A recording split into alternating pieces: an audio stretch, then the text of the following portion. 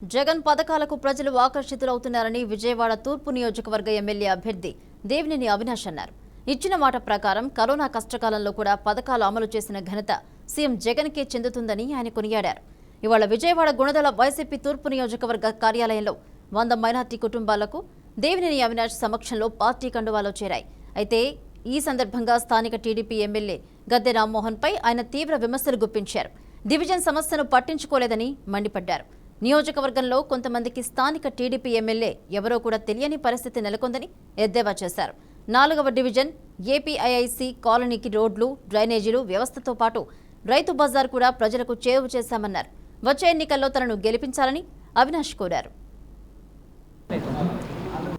ఈరోజు తెలుగుదేశం పార్టీకి సంబంధించిన 100 మంది 4వ డివిజన్కి సంబంధించి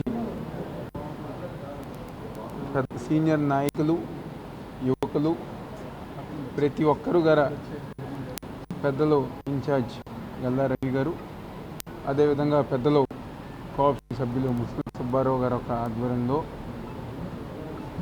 ఏపీఐసి కాలనీకి సంబంధించిన పెద్దలు జానీ గారు, అదేవిధంగా రషీద్ గారు ఒక మిత్ర బృందం ఈరోజు వైఎస్ఆర్ కాంగ్రెస్ పార్టీ ముఖ్యమంత్రి జగన్మోహన్ రెడ్డి గారి యొక్క నాయకత్వంలో వైఎస్ఆర్ కాంగ్రెస్ పార్టీలో జాయిన్ అవటం.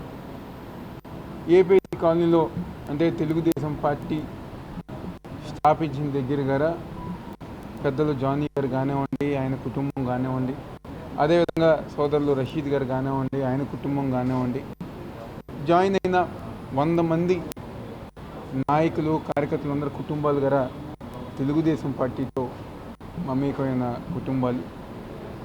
ఈరోజు ఇన్ని సంవత్సరాలు తెలుగుదేశం పార్టీలో ఉన్న మాకు సరైన న్యాయం జగన్మోహన్ రెడ్డి గారి ఒక నాయకత్వంలో వైఎస్ఆర్ కాంగ్రెస్ పార్టీ ఒక ఆధ్వర్యంలో జరిగిందని చెప్పని వాళ్ళందరూ గారు ఈరోజు వైఎస్ఆర్ కాంగ్రెస్ పార్టీలో మరి ముఖ్యంగా పెద్దలందరూ గారు మైనార్టీల ఒక అభివృద్ధి కోసం పాటుపడిన నాయకులు గతంలో వైఎస్ రాజశేఖర రెడ్డి గారు 4% రిజర్వేషన్ ఇచ్చి మళ్ళీ ఇప్పుడు జగన్మోహన్ రెడ్డి గారు మాకు అండగా నుంచుంటున్నారని చెప్పిన ఒక మంచి ఉద్దేశంతో ఈరోజు పార్టీలో జాయిన్ అయ్యి నాకు తెలిసి ఏపీఐసి కాలనీలో పూర్తిగా తెలుగుదేశం పార్టీ అనేది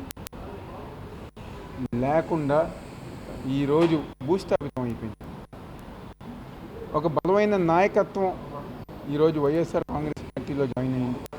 తప్పకుండా ఏ నమ్మకంతో అయితే ఈరోజు వైఎస్ఆర్ కాంగ్రెస్ పార్టీ ఆధ్వర్యంలో జాయిన్ అయ్యారో ఆ నమ్మకాన్ని వమ్ము చేయకుండా, ఎందుకంటే సోదరులు అడిగింది కదా, వ్యక్తిగతంగా ఎవరేం అడగల, మా కాలనీకి మంచి చేయండి, ఎందుకంటే మా కాలనీలో ఈరోజు కలవర్తి కట్టిన, పార్కు వేసిన, మా కాలనీ ప్రాంతం అభివృద్ధి కార్యక్రమాలు చేసిన మీ హయాంలో ఏపీఐసి